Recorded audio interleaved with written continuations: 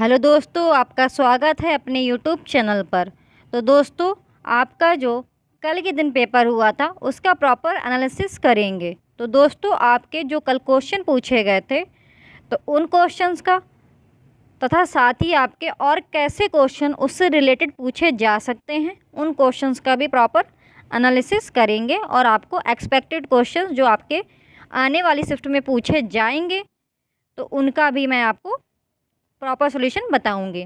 तो दोस्तों, आपका कल के दिन जो क्वेश्चन पूछा गया था वह है, किसी पुस्तक के गोलकोंडा किले का मानचित्र दिया गया है। इस मानचित्र की तली में पैमाना दिया गया है जिस पर लिखा है 1 centimetre is equal to 110 metre. मानचित्र पर इब्राहिम बुर्ज और मासा बुर्ज के बीच की मापी गई दूरी 13.3 सेंटीमीटर है। इन दोनों बुर्जों के बीच की वास्तविक दूरी है लगभग। तो दोस्तों, सिंपल सा है, आपको 13.3 इंटू 110 करना है, आपका आ जाएगा, जो भी आपकी वैल्यू आ जाएगी वही आपका करेक्ट हो जाएगा। तो जब आप मल्टीप्लाई करोगे आपका आएगा 1463 मीटर और आप इसको किलोमीटर में कन्वर्ट करोगे तो आपका हो जाएगा 1.463। तो ये नियर वैल्यू हो जाएगी आपके 1.5 की। तो आपका ऑप्शन दूसरा यानी आपका ऑप्शन पहला सही हो जाएगा, ऑप्शन ए। दोस्तों, ये आपके ऑप्शंस आपके सीबीएसई बेस्ड पैटर्न पे हैं, जैसे आपके न्यू पैटर्न पे क्वेश्चन पूछे जा रहे हैं। आपका अगला क्वेश्चन पूछा गया था, यदि आप अहमदाबाद यानी गुजरात में हैं और भारत के मानचित्र पर अहमदाबाद और दिल्ली के बीच कोई सरल रेखा खींचते हैं तब अहमदाबाद से दिल्ली की दिशा होगी। तो दोस्तों, आप मैप देखिएगा, आपकी डायरेक्शन आएगी उत्तर पूर्व। तो आपका कौन सा ऑप्शन सही हो जाएगा? आपका ऑप्शन पहला सही हो जाएगा, यानी आपका ए ऑप्शन करेक्ट हो जाएगा। आपका अगला क्वेश्चन और कैसे पूछा जा सकता है, हमारे देश की राजधानी की स्थिति के सापेक्ष हिमाचल प्रदेश की राजधानी शिमला और मध्य प्रदेश की राजधानी भोपाल क्रमशः स्थित हैं। तो आपको डायरेक्शन बताना है कौन सा आपका ऑप्शन सही हो जाएगा। दोस्तों, ये आपके पीवाईक्यू से ही क्वेश्चन मैंने निकाले हुए हैं कि और कैसे कैसे सीटेट एग्ज़ाम में क्वेश्चन पूछे गए हैं। जैसे कभी पटना की दिशा पूछ ली, तो ऐसे बहुत सारे क्वेश्चन थे जिसमें से मैंने आपका ये एक निकाला हुआ है। तो आपका इसका ऑप्शन पहला सही हो जाएगा, उत्तर और दक्षिण में। आपका कल के दिन क्वेश्चन पूछा गया था जो कि नया क्वेश्चन भी था, भरली वंगी फूड ये कहाँ का है? तो ये फूड जो है आपका ये महाराष्ट्र का है। तो आपका ऑप्शन पहला सही हो जाएगा कि ये महाराष्ट्र का फूड है। आपका अगला क्वेश्चन और कैसे कैसे पूछे जाएंगे आपके आने वाली शिफ्ट में, वर्ली चित्रकला किस राज्य की है? तो दोस्तों, ये भी आपके महाराष्ट्र की है। तो देखिए आपका ऑप्शन कौन सा करेक्ट हो जाएगा, डी किधर लिखा है, तो आपका ऑप्शन दूसरा सही हो जाएगा। और ये क्वेश्चन किस तरीके से पूछ सकते हैं, वर्ली जनजाति वर्ली कला के लिए सुप्रसिद्ध है जो कि डैश बनती है।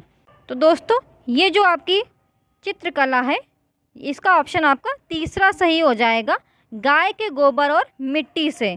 और दोस्तों, ये क्वेश्चन कैसे पूछ सकते हैं, वर्ली जनजाति किस राज्य की है? तो ये भी आपका ऑप्शन महाराष्ट्र ही सही होगा। तो आपका ऑप्शन फोर्थ सही हो जाएगा। कल क्वेश्चन पूछा गया था मधुबनी से रिलेटेड। तो दोस्तों, आपके मधुबनी से क्वेश्चन पूछे जाते हैं तो किस किस तरीके से पूछ सकते हैं, जैसे मैंने आपको दिए हैं, मधुबनी पेंटिंग किस राज्य की है? तो आपका ऑप्शन बिहार सही हो जाएगा, यानी ऑप्शन पहला। अगर पूछ लेते हैं मधुबनी डैश राज्य के एक गांव के नाम का एक पारंपरिक कला रूप है, तो इसमें भी आपका ऑप्शन बिहार वाला ही सही हो जाएगा। तो देखिए आपका ये कहाँ दिया है, ऑप्शन तीसरा। तो आपका ऑप्शन तीसरा सही हो जाएगा। और पेंटिंग से कौन से क्वेश्चन पूछ सकते हैं, पट्टचित्र की कला पारंपरिक पेंटिंग हस्तशिल्प है। दोस्तों, ये आपका 29 दिसंबर की शिफ्ट में पूछा भी गया है क्वेश्चन और आने वाली शिफ्ट में भी पूछा जाएगा, बिकॉज क्वेश्चन रिपीट होते रहते हैं। तो दोस्तों, आपका इसका ऑप्शन उड़ीसा सही हो जाएगा, ये उड़ीसा की पेंटिंग है। और मैंने आपको एक्स्ट्रा फैक्ट में बहुत सारी पेंटिंग आपकी बता दी हैं ऑलरेडी। तो आप 29 और 28 दिसंबर के जो मैंने क्वेश्चंस कराए हैं उनको ज़रूर देख लीजिएगा। और मैंने अभी आपको वर्ली पेंटिंग भी बताई, तो वो आपकी महाराष्ट्र की है। और दोस्तों आपको क्वेश्चन पूछा गया था सिर पर मुकुट और पूंछ पर सिक्के, तो ऐसा कौन सा पक्षी है? ये विशेषताएं आपके मोर की होती है। तो आपका ऑप्शन कौन सा सही हो जाएगा, आप बताइए। तो आपका ऑप्शन तीसरा सही हो जाएगा, यानी आपका ऑप्शन सी इज़ करेक्ट। आपके दोस्तों डांस फॉर्म से क्वेश्चन पूछे जा रहे हैं, तो आप डांस फॉर्म भी लर्न कर लीजिएगा। मैंने कुछ यहाँ पर आपको टाइप करके भी दे दिए हैं। कालबेलिया प्रसिद्ध लोक नृत्य किस राज्य की जनजातियों से संबंधित है? तो दोस्तों ये आपका राजस्थानी जनजाति से संबंधित है। तो देखिए आपका ऑप्शन, इसमें आपका ऑप्शन डी करेक्ट हो जाएगा। आने वाली शिफ्ट में दोस्तों पूछा जा सकता है छऊ नृत्य किस राज्य के आम लोगों का लोक नृत्य है? तो दोस्तों आप बताइए ऑप्शन कौन सा करेक्ट हो जाएगा। यस दोस्तों, तो इसमें आपका ऑप्शन तीसरा सही हो जाएगा। छत्तीसगढ़ राज्य के आम लोगों का लोक नृत्य है। तो दोस्तों मैंने ये कुछ डांस फॉर्म दिए हैं, जैसे कालबेलिया राजस्थान, चेराव मिज़ोरम, बिहू आसाम, कुचिपुड़ी आंध्र प्रदेश, घूमर राजस्थान, कथक उत्तर प्रदेश, कथकली केरला। दोस्तों ये आने वाली शिफ्ट में ज़रूर से ज़रूर पूछे जाएंगे, और शायद कोई बोल भी रहा था कि आपका ये उत्तर प्रदेश वाला पूछा भी गया है। तो दोस्तों जो एग्ज़ाम हॉल में देने गया होगा उसको ही पता होगा कि कौन सा क्वेश्चन पूछा गया है, बिकॉज मैक्सिमम लोगों ने राजस्थान का नृत्य बताया था कि राजस्थान का कोई नृत्य पूछा गया है, इसलिए मैंने क्वेश्चन आपका राजस्थान से पुटअप किया है। दोस्तों ये आने वाली शिफ्ट के लिए very very very important questions हैं, ये आपके डांस फॉर्म, तो ज़रूर इन्हें याद कर लीजिएगा। दोस्तों आने वाली शिफ्ट में ये क्वेश्चन भी आपके नेशनल पार्क से भी कुछ क्वेश्चन प्रीवियस शिफ्ट में पूछे गए हैं, तो मैं आपको एक्स्ट्रा फैक्ट के लिए क्वेश्चन नोट करके ले आई हूँ आपके लिए, तो आप इन्हें ज़रूर याद कर लीजिएगा। घना नेशनल पार्क किस राज्य में स्थित है? तो दोस्तों जो ये घना नेशनल पार्क है ये आपका राजस्थान में स्थित है। तो दोस्तों आने वाली शिफ्ट में ज़रूर पूछा जाएगा, बिकॉज आपका 29 या 28 दिसंबर को जो पेपर हुआ था उसमें आपके मैच द फॉलोइंग करके प्लेसेस और स्टेट्स पूछे भी गए थे, तो उसीलिए मैंने आपको ये क्वेश्चन आपको एक्स्ट्रा फैक्ट में बता रही हूँ।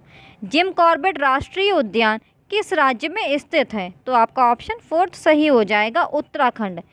और दोस्तों आपका कल क्वेश्चन पूछा गया था निम्नलिखित में से कौन से राज्यों का समूह अरब सागर के तट पर स्थित है? तो दोस्तों आपको समूह बताना था, तो आपका केरल, तमिलनाडु, महाराष्ट्र, ये समूह अरब सागर के तट पर स्थित है। तो बताइए दोस्तों आपका ऑप्शन कौन सा करेक्ट हो जाएगा। यस दोस्तों आपका ऑप्शन डी करेक्ट हो जाएगा। आपका अगला क्वेश्चन और किस तरह पूछ सकते हैं, निम्नलिखित में से 3 राज्यों के समूह को चुनिए जिनके समुद्र तट बंगाल की खाड़ी पर हैं। तो दोस्तों आप बताइए कौन सा ऑप्शन आपका सही हो जाएगा। तो दोस्तों इसमें आपका ऑप्शन दूसरा सही हो जाएगा, आंध्र प्रदेश, तमिलनाडु, उड़ीसा। और दोस्तों आपके ये क्वेश्चन किस तरीके से पूछे जाते हैं, और ये आपके हर शिफ्ट में एक क्वेश्चन पूछ लिया जाता है, गुजरात के निकटवर्ती राज्य कौन से हैं? तो दोस्तों आप बताइए कौन सा ग्रुप सही हो जाएगा। तो दोस्तों आपका यस दोस्तों आपका ऑप्शन फोर्थ सही हो जाएगा, महाराष्ट्र, मध्य प्रदेश, राजस्थान। अगला क्वेश्चन, तमिलनाडु के निकटवर्ती राज्य हैं। तो दोस्तों ये आपके ऑप्शंस दिए गए हैं, आप जल्दी से बताइए कि कौन सा ग्रुप आपका करेक्ट हो जाएगा। यस दोस्तों आपका ऑप्शन दूसरा सही हो जाएगा, आंध्र प्रदेश, केरल और कर्नाटक। आपका अगला क्वेश्चन और किस तरीके से पूछ सकते हैं, जैसे पहचानिए कि निम्नलिखित राज्यों में से किसके एक तरफ समुद्र है। तो दोस्तों आप प्रायद्वीपीय भारत जो हमारा पेनिनसुलर इंडिया है उसका आप मैप देखोगे, तो यस दोस्तों आपका ऑप्शन इसमें दूसरा सही हो जाएगा, गुजरात, महाराष्ट्र, गोवा, कर्नाटक, केरल, तमिलनाडु, आंध्र प्रदेश, पश्चिम बंगाल और उड़ीसा। जो हमारा ये प्रायद्वीपीय भारत है ये सभी राज्य इसमें शामिल हो जाएंगे। तो यही आपका ऑप्शन दूसरा सही हो जाएगा, गुजरात, महाराष्ट्र, गोवा, कर्नाटक, केरल, तमिलनाडु, आंध्र प्रदेश, पश्चिम बंगाल और उड़ीसा। और एक्स्ट्रा फैक्ट में मैं आपको बता देती हूँ जैसे पूछ लिया जाएगा बंगाल की खाड़ी के तट के साथ भारतीय राज्य या केंद्र शासित प्रदेश, तो आपके कौन कौन से लगते हैं? पश्चिम बंगाल, उड़ीसा, आंध्र प्रदेश, तमिलनाडु, पुडुचेरी, अंडमान व निकोबार। तो दोस्तों आप ज़रूर से ज़रूर ये एक्स्ट्रा फैक्ट लर्न कर लीजिए। जैसे पूछ सकते हैं अरब सागर के तट के साथ भारतीय राज्य या केंद्र शासित प्रदेश। मैंने दोस्तों सारे ही आपके लिख दिए हैं एक्स्ट्रा फैक्ट में, तो आप इन सब को ज़रूर से ज़रूर लर्न कर लीजिएगा। गुजरात, महाराष्ट्र, गोवा, दमन और दीव, कर्नाटक, केरल, लक्षद्वीप और दादर नागर हवेली। और दोस्तों आपका क्वेश्चन पूछा गया था हाथियों के बारे में नीचे दिए गए कथनों पर विचार कीजिए। आपके कथन दिए गए थे, एक झुंड में 20 से 25 हथनियाँ और बच्चे होते हैं। हाथी 4 से 5 वर्ष की आयु तक ही इस झुंड में रहते हैं। एक बड़ा हाथी एक दिन में 100 किलोग्राम से अधिक पत्ते और झाड़ियाँ खा लेता है। तो दोस्तों इसमें जो आपका ऑप्शन सही हो जाएगा वो आपके ऑप्शन सी और डी करेक्ट होंगे, तो इसलिए आपका ऑप्शन ए सही हो जाएगा।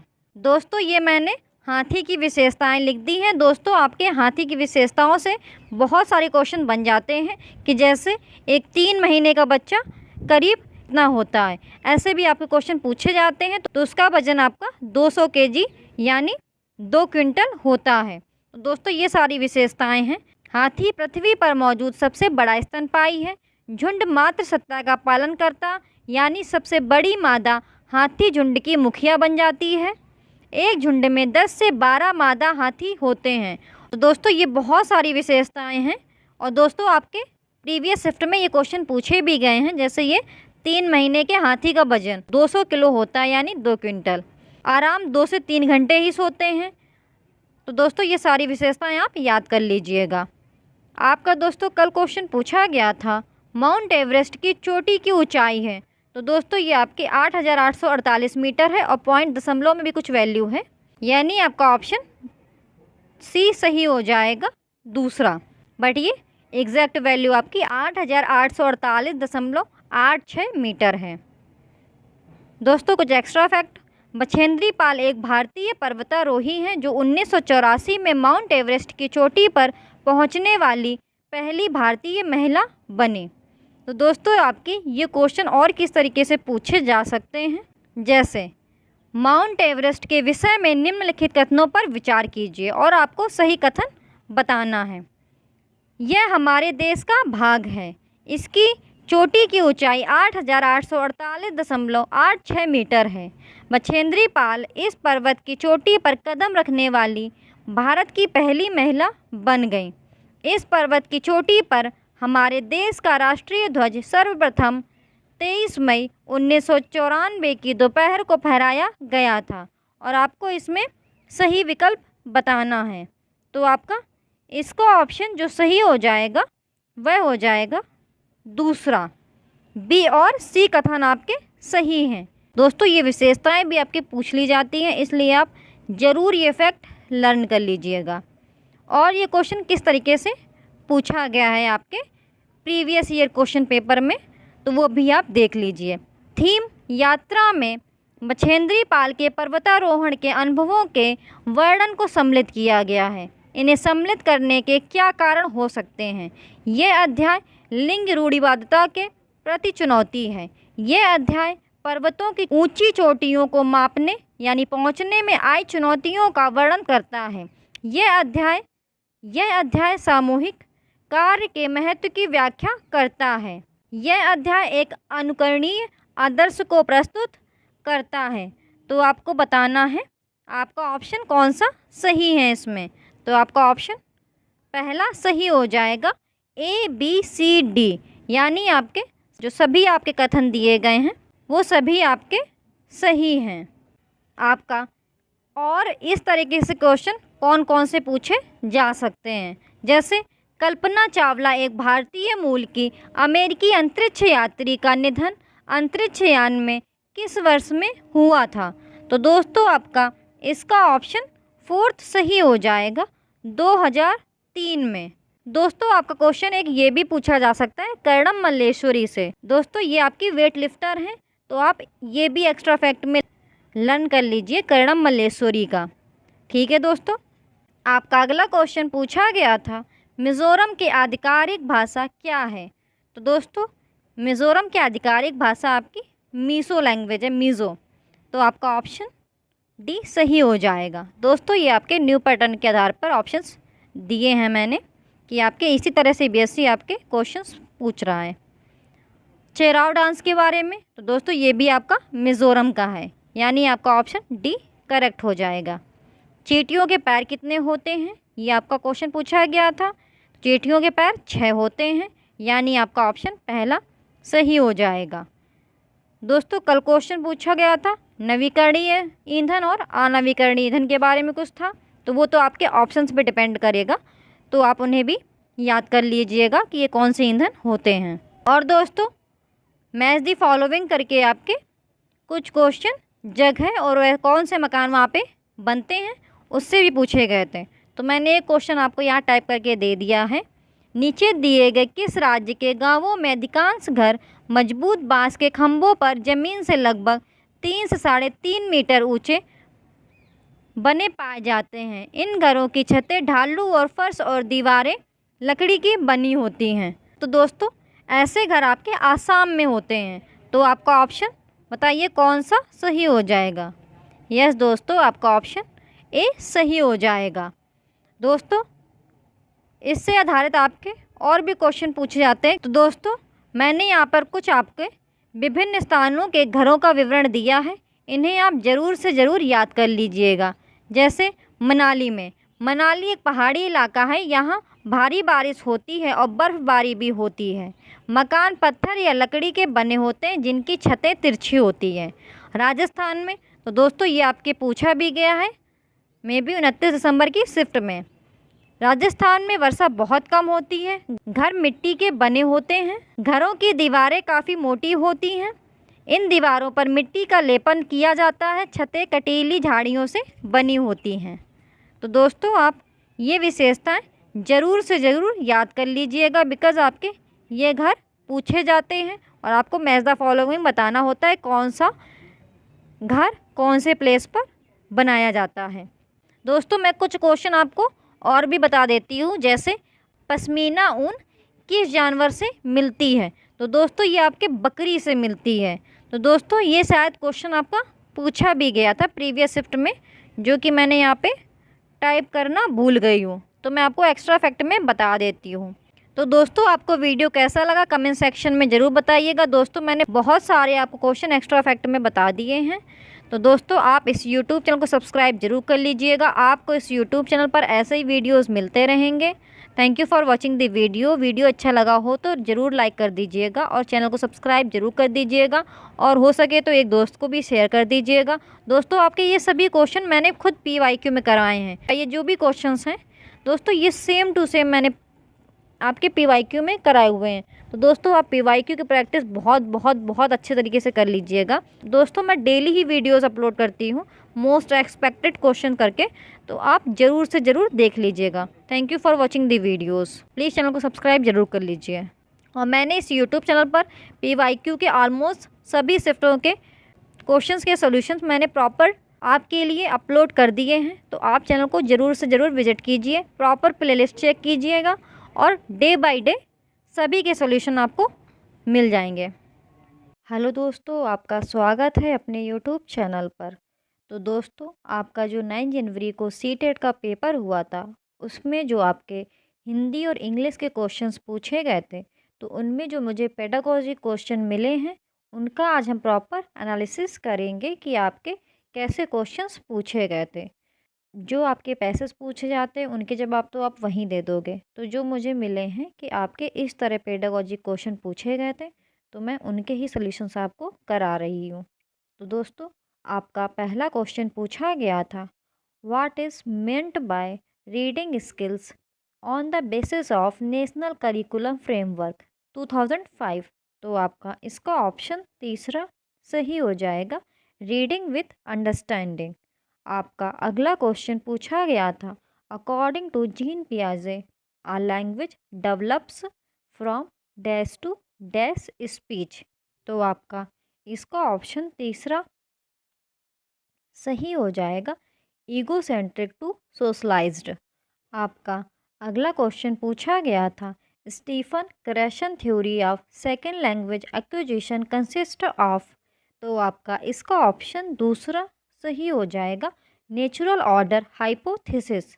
आपका अगला क्वेश्चन पूछा गया था, which of the following would be considered as the primary difference between language acquisition and language learning.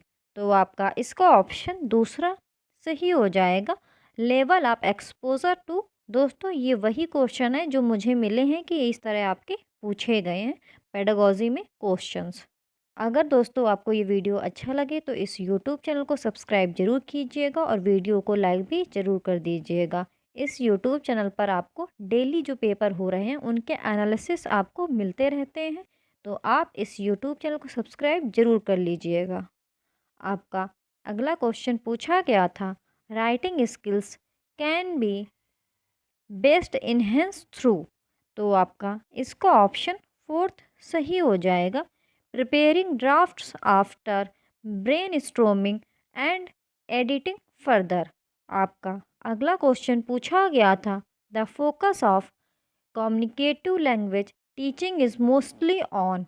तो आपका इसका ऑप्शन थर्ड सही हो जाएगा, enhancing the communicative capacity of learners. आपका अगला क्वेश्चन पूछा गया था, which of the following are not true of vocabulary learning.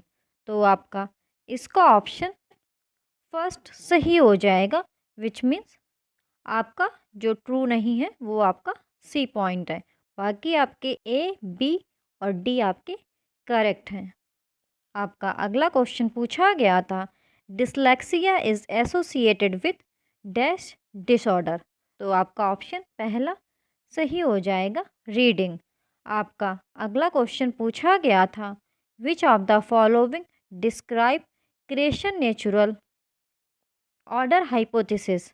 तो आपका इसका ऑप्शन पहला सही हो जाएगा, parts of a language are acquired in a predictable order. आपका अगला क्वेश्चन पूछा गया था, which theory of Chomsky states that we are all born with an innate understanding of the way language. तो आपका ऑप्शन दूसरा सही हो जाएगा, यूनिवर्सल ग्रामर। तो दोस्तों ये मुझे आपके कुछ क्वेश्चन इंग्लिश पेडागोजी के मिल गए थे, तो उनके मैंने आपको प्रॉपर सॉल्यूशन प्रोवाइड कर दिए हैं। अगर आपको ये वीडियो अच्छा लगे तो आप इस यूट्यूब चैनल को सब्सक्राइब जरूर कर लीजिएगा और वीडियो को लाइक भी ज़रूर कर दीजिएगा।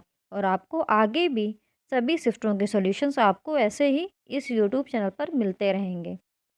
तो दोस्तों यहाँ से आपके हिंदी पेडागोजी क्वेश्चन स्टार्ट होते हैं। तो आपके जो क्वेश्चंस मुझे हिंदी पेडागोजी के मिल गए हैं उनका हम प्रॉपर एनालिसिस करेंगे। तो दोस्तों पहला क्वेश्चन आपका पूछा गया था, निम्नलिखित में से कौन सा क्रेशन की परिकल्पना के अनुसार अध्यापक द्वारा दिए जा रहे बोधगम्य निवेश का उदाहरण है। तो आपका इसका ऑप्शन फोर्थ सही हो जाएगा, विद्यार्थियों को उनके पठन स्तर से थोड़े से ऊंचे स्तर की पठन सामग्री पढ़ने के लिए देना। आपका अगला क्वेश्चन पूछा गया था, vygotsky के विचारों पर आधारित कक्षा में डैश पर सबसे अधिक बल दिया जाता है। तो आपका ऑप्शन फोर्थ सही हो जाएगा, परस्पर अंतःक्रिया।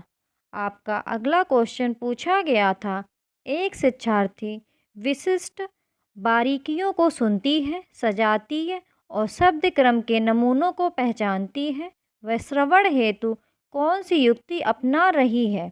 तो आपका इसका ऑप्शन फोर्थ सही हो जाएगा, बॉटम अप श्रवण प्रक्रियाएं। आपका अगला क्वेश्चन पूछा गया था, पठन कौशल को सफल बनाने से संबंधित नहीं है। तो आपका इसका ऑप्शन फोर्थ सही हो जाएगा, उपरोक्त में से कोई नहीं। आपका अगला क्वेश्चन पूछा गया था, एक बच्चा देखने में स्वस्थ है किंतु उसे अपनी दिनचर्या के सामान्य कार्यों में भी मदद की आवश्यकता होती है, वह विकार से ग्रसित है। तो आपका इसका ऑप्शन फोर्थ सही हो जाएगा, डिस्प्रैक्सिया। तो दोस्तों ये मुझे कुछ हिंदी पेडागोजी क्वेश्चंस मिले थे कि आपके ये क्वेश्चंस पूछे गए थे, तो मैंने आपको उनके प्रॉपर सॉल्यूशंस प्रोवाइड कर दिए हैं।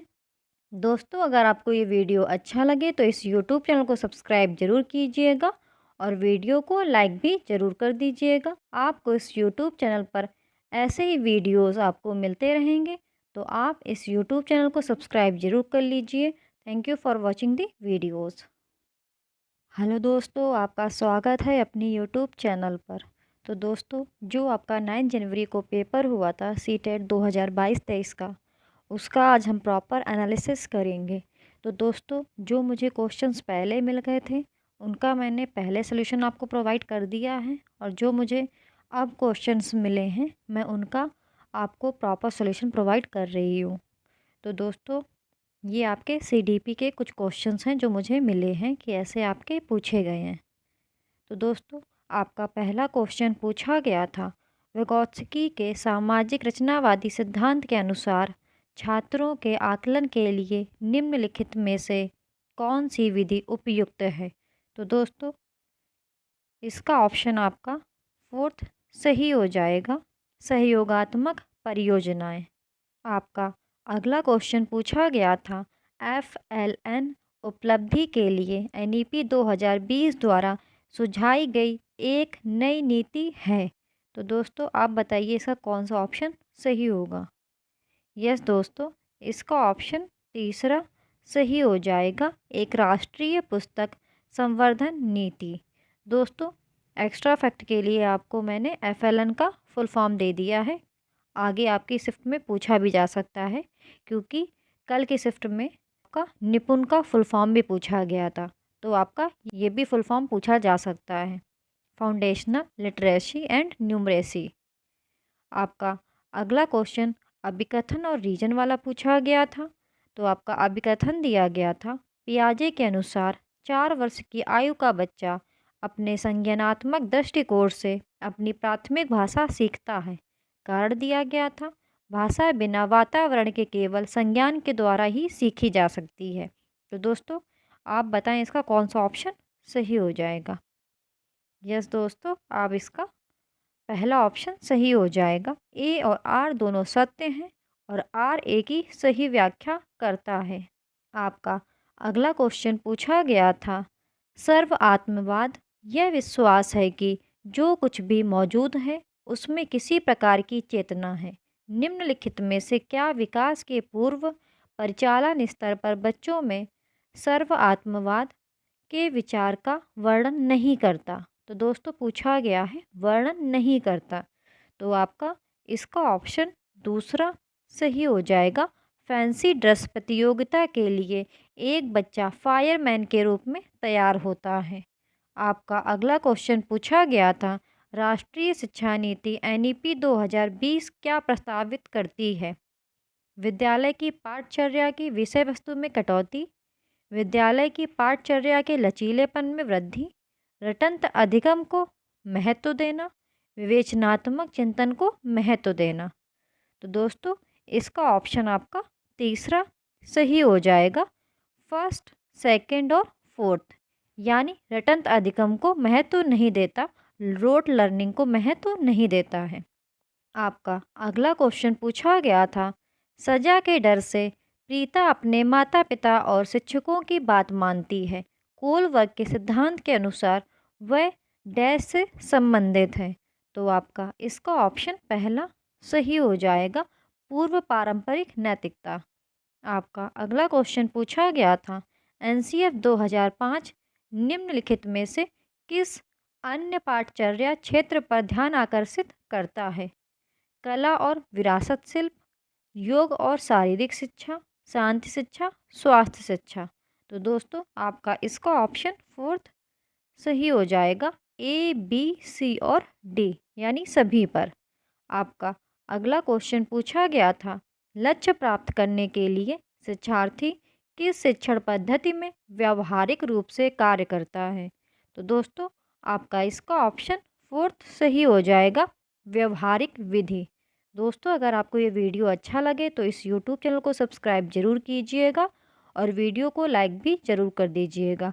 इस YouTube चैनल पर आपके लिए प्रीवियस ईयर क्वेश्चन पेपर के सभी शिफ्टों के सॉल्यूशंस ऑलरेडी प्रोवाइड कर दिए गए हैं, क्योंकि दोस्तों ये सभी क्वेश्चन आपके प्रीवियस ईयर क्वेश्चन पेपर से ही पूछे जाते हैं।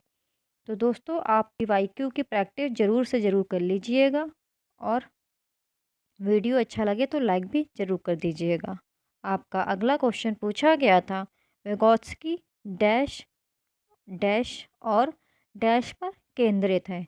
तो आपका इसका ऑप्शन दूसरा सही हो जाएगा, भाषा, संस्कृति और ज्ञान। आपका अगला क्वेश्चन पूछा गया था, जीन पियाजे के अनुसार बच्चा किस आयु वर्ग में अमूर्त तर्क विकसित करता है। तो दोस्तों आप इसका ऑप्शन आपका फोर्थ सही हो जाएगा, 11 से 14 वर्ष। आपका अगला क्वेश्चन पूछा गया था, फुल फॉर्म ऑफ निपुण। निपुण का फुल फॉर्म आपको बताना था। तो आपका निपुण का फुल फॉर्म होता है national initiative for proficiency with reading and understanding of numeracy. तो इसे आप याद कर लीजिएगा। दोस्तों मैंने एक्स्ट्रा फैक्ट के लिए आपको एक एक्स्ट्रा क्वेश्चन भी करा दिया है। निपुण भारत योजना के संबंध में गलत कथन का चयन कीजिए। तो दोस्तों आप ये कथन रीड कीजिए और बताइए कौन सा कथन गलत है। यस दोस्तों, आपका इसका सेकंड ऑप्शन गलत है। त्रिस्तरीय कार्यान्वयन रणनीति, राष्ट्रीय जिला स्कूल। तो दोस्तों आपके जो फर्स्ट, थर्ड और फोर्थ ऑप्शन दिए गए ये तीनों ही आपके सही हैं, और जो आपका गलत कथन है वह आपका दूसरा। तो दोस्तों ये आप फैक्ट्स ज़रूर याद कर लीजिएगा।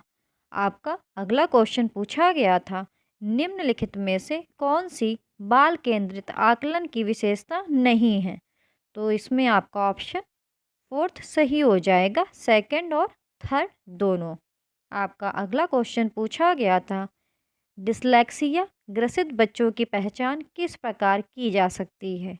तो आपका इसका ऑप्शन पहला सही हो जाएगा, उनके पढ़ने और लिखने की कौशलता के विश्लेषण से।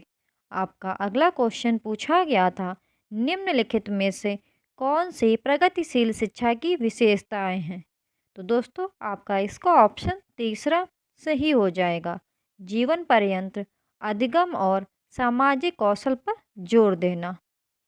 आपका अगला क्वेश्चन पूछा गया था, नई जानकारी के जवाब में डैश में पहले से मौजूद स्कीमा को बदलना या नए को विकसित करना शामिल है।